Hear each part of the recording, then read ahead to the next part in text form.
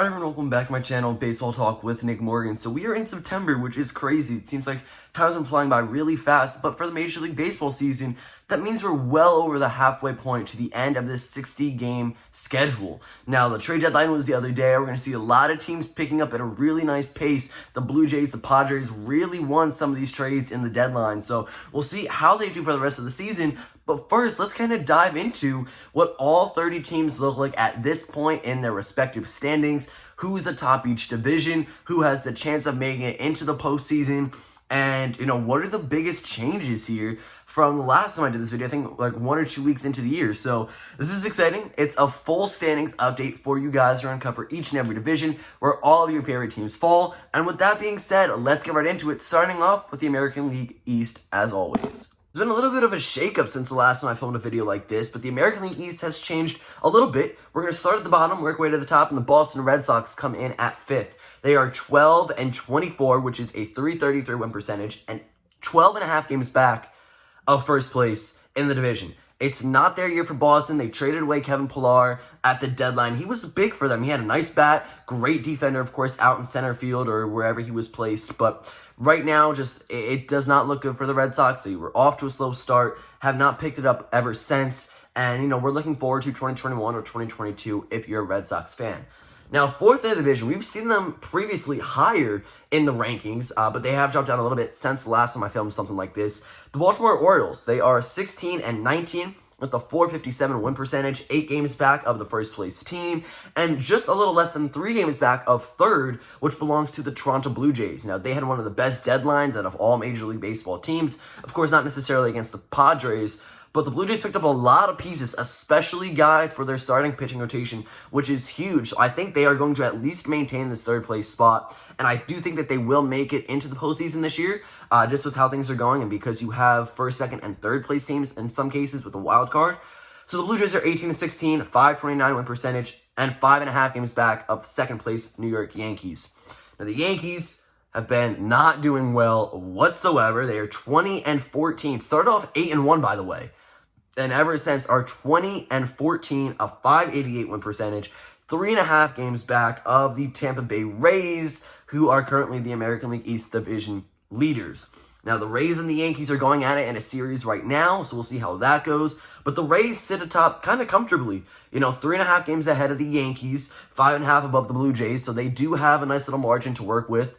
But Tampa Bay is 25-12 with a .676 win percentage and a plus 39 run differential, which is huge. They have won 8 of their last 10 games, but they did lose their last one to the Yankees. So we'll see how this goes. It might be a close division. Either way, both of these teams will make it into the postseason. But right now, from the bottom to the top, you have the Red Sox, the Orioles, the Blue Jays, the Yankees, and the Rays out in the AL East.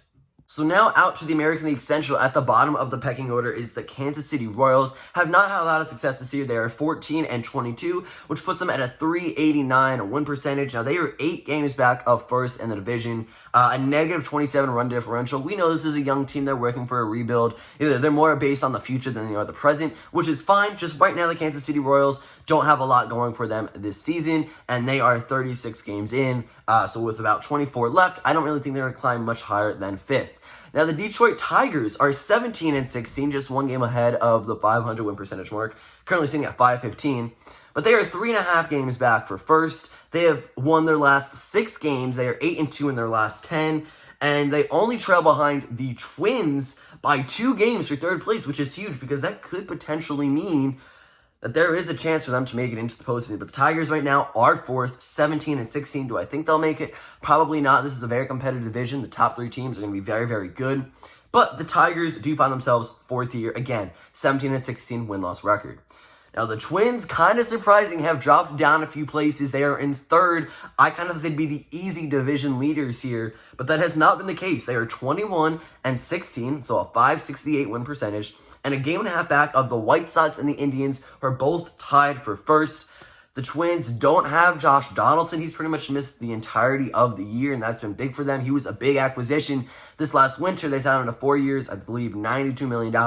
The bringer of rain has not been present in ball games, and they just overall have not been really putting together wins. And of course, that's a big problem in a shortened season like this. So currently they are in third. They do have the AL wildcard spot at the moment if the season were to end today, so they are making it in September 29th. But they are third right now. Now, again, like I said, the White Sox and Indians are both tied for first. Each team have won 22 games and lost 14. That puts them at a .611 win percentage. The White Sox and Indians are both really good teams. We'll see how they can compete against each other and against other rivals. Who ends up at first in the division at the end of the year. It's going to be fun. Both two fun, exciting, young teams to watch. So there you go. Again, from bottom to top here in the division, you got the Royals, the Tigers, the Twins, and the Indians and White Sox tied for first. Closing out the American League now, we have the AL West, and at the bottom, the Los Angeles Angels. Now, they picked up Anthony Rendon at the offseason. They made a couple trades this deadline, but right now they just have been struggling to win ball games. They are 12-24, much like the Boston Red Sox. They are a .333 win percentage and 11 games behind for first in the division. It looks like the season is pretty much over for them.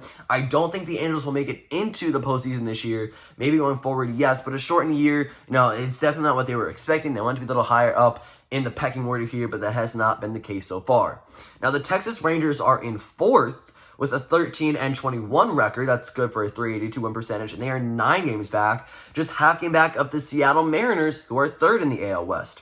Now, Seattle is 15-22. They've definitely surprised me a little bit. I didn't think they'd be above the Angels and the Rangers this year in my predictions. But Seattle, again, 15-22, a .405 win percentage, and 8.5 games back of first. They've won their last 2 games, but a negative -43 run differential throughout the entirety of the season. For Houston now, the second place Houston Astros. They are 19-15. They have not really been competitive, or as competitive as I thought they'd be, and 3 games back of the Oakland Athletics, who currently lead the American League West Division. Now, the A's are 22-12. They just picked up Mike Minor at the deadline, so they're increasing their rotation there. They are a good team to watch. They are top 3 seed at the moment in the postseason. And I think they are going to maintain this spot. Houston Astros just have not been good. They don't have Bregman. I know they're suffering injuries, and just it's been a weird year for them. They just got caught with a cheating scandal this last winter, so it's been rough for the Astros, who currently find themselves second. For the first time in a long time, it feels like they have not won the division. Right now, the Oakland Athletics do lead it. Out now to the National League East. You have the Washington Nationals, reigning World Series champions, at the bottom of the division. They are 12-21. That is a .364 win percentage and 8 games back of the first place team. They've been struggling a little bit. Didn't really have many moves at the deadline. It's not looking like this is going to be their year. They're not going to come back, probably even make it into the postseason, let alone make it far and maybe repeat a World Series. But that just does not look like the case at the moment. Nationals, maybe next year for them. Now, the Mets are in fourth. They are 15-21 with a .417 win percentage, 6.5 back of the first place team, 3.5 back, tied for second or third in the division, however you want to put it. And the Mets, just on paper, are a very good team. Gameplay-wise, they have just not been good. Can't really hit with runners in scoring position recently. Have not been bringing in runs. They are not supporting Jacob deGrom, which is a big problem we've seen in years past. On his last few starts, deGrom just went deep into games, has not won them. And the Mets have lost their last 5 outings. Negative -21 run differential is just not what the Mets were expecting to come out of this year. So right now they are in fourth, behind the Phillies and the Marlins, who are both tied for second or third in the NL East. Now, technically, when you look at the divisions here and the layout, the Phillies are third, but they are 16-15 with a .516 win percentage, 3 games back of the Braves, and so are the Marlins. So the Marlins and Phillies, same record, 16-15, .516 win percentage, both 3 games back. And at the moment, that is enough for either the Phillies or the Marlins to make it into the postseason with a wild card spot. So we'll see how things go there. But right now, it's Nationals, Mets, Phillies, Marlins, and of course, that only leads the Braves at the top of the NL East division. They are 21-14. That is a .600 win percentage. They are 7-3 in their last 10 games. They've won their last 3 games and have a run differential of +33. This is a good team, and we know they're going to go far. They went far into the postseason last year. I'm expecting them to do just as much, if not more, this year. And it's going to be fun to watch. The Braves are a cool team. There you go. Again, bottom to top, Nationals, Mets, Phillies, Marlins, Braves. Out to the National League Central now, at the bottom of the division. Not a surprise here at all. The Pittsburgh Pirates, they are 10-23, a .303 win percentage, the worst team in Major League Baseball record-wise at the moment. And this is not a surprise. You know, we all kind of knew that the Pirates weren't going to do well this year. They have a young team. They are rebuilding. They lost Starling Marte this winter, and then he just got dealt again at the deadline. So they don't necessarily have the best of teams at the moment. They are working for the future, more of the present, kind of like some other teams that we've already seen in this video. But the Pirates, 10-23, 10 games back of first. Now, the Reds are a surprising team at fourth in the division. I believe this is where they ended 2019, and this is where they currently are, just more than halfway through 2020. This is a surprise. I thought the Reds would be at the top of the division. I thought they'd be easily competing for one of the best records in the NL. Of course, maybe right behind the Dodgers, because the Dodgers are unstoppable. We'll get to that in a little bit. But the Reds are really surprising this year, and I don't know if that's in a good way or a bad way. I was expecting a lot out of them. They're currently fourth. They are 15-21 with a .417 win percentage, 6.5 games back of the first place team out in the Central. Now, who's not to say they can come back easily, get to third place, and make it in as a wild card spot? I hope that's the case. I personally love the Reds. Trevor Bauer is my favorite pitcher in the game. I got a lot of guys I can root for on that team, but it's just not been the greatest start for them. So we have to hope that this second half of the year, a little bit less than second half of the year, is better. They can come back, win some ball games, at least get to third, and maybe secure that wild card spot come September 29th, which, by the way, a few weeks away. Insane. I cannot believe that. But anyway, the Brewers are third in the NL Central, a 16-19 record. That puts them at a .457 win percentage, 5 games back of first. And the Cardinals are second, a 14-13 win-loss record, 5-19 win percentage, 3 games back of the Cubs. Now, the Cubs are 21-14, a very good team this year, 600 win percentage, much like the Atlanta Braves. And this is a good team to watch. I did not know how good the Cubs were going to be going into this year, but their outfield has been good. Their offense has been spectacular. Of course, they've been winning ball games. Their pitching, I mean, Yu Darvish is a potential Cy Young candidate this year, which is really fun to watch. So the Cubs are all in right now. They are first in the division. I'd say they have a nice little pillow at the moment, a 3-game stretch ahead of the Cardinals, who are second. So at the moment, Cubs are in first. From bottom to top, you got the Pirates, the Reds, Brewers, Cardinals, and Cubs out here in the NL Central. The final division now in Major League Baseball in the National League West. At the bottom of the totem pole, you find the Arizona Diamondbacks. Now, I root for this team. I like who they have on the squad. But at the trade deadline, that was big for them. They shipped out a couple big players, Robbie Ray, Archie Bradley, and Starling Marte. Ray has struggled this year. Bradley's been their closer for the past season and a half or so, and Starling Marte has put up great numbers production-wise on both sides of the baseball, really, offensively and defensively. So Arizona kind of out of it for the year, 14-22, a .389 win percentage, and 12.5 games back of first. Now, the Rockies are in fourth. They are 17-19 with a .472 win percentage. They are 9.5 games back of first and half a game back of third, in which the San Francisco Giants sit here in the NL West Division.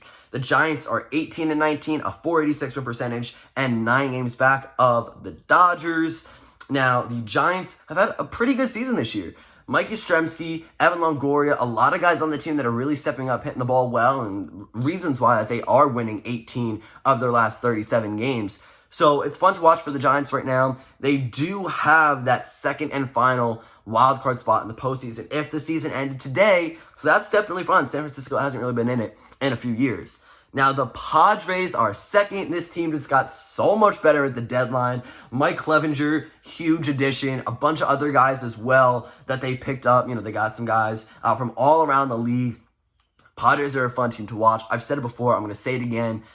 Really exciting. They are 5 games back of the Dodgers. They are 22-15 with a .595 win percentage, but they have a +43 run differential. They are young, nearly unstoppable. I like the Padres. I like what they're doing. They're easily making it into the postseason. But right now, the only reason why they haven't won the division or aren't winning the division is because of the Los Angeles Dodgers, the best team in Major League Baseball right now. They are 27-10, a .730 win percentage, a +93 run differential. So that means they have outscored their opponents of the entire season by 93 runs. This team is so scary good. The Dodgers right now are the clear favorites as the National League representatives for the World Series, but it's going to be fun. We have about 20 games left in the season. See how things play out. I'll probably do one more standings update video as we get closer and closer to the end of the 60-game stretch. So guys, that's going to end it for this video. If you enjoyed, don't forget to drop a like down below, comment, and subscribe. If you haven't already, we are pushing for 1,000 subscribers, which is insane. Thank you all so much for your continued support.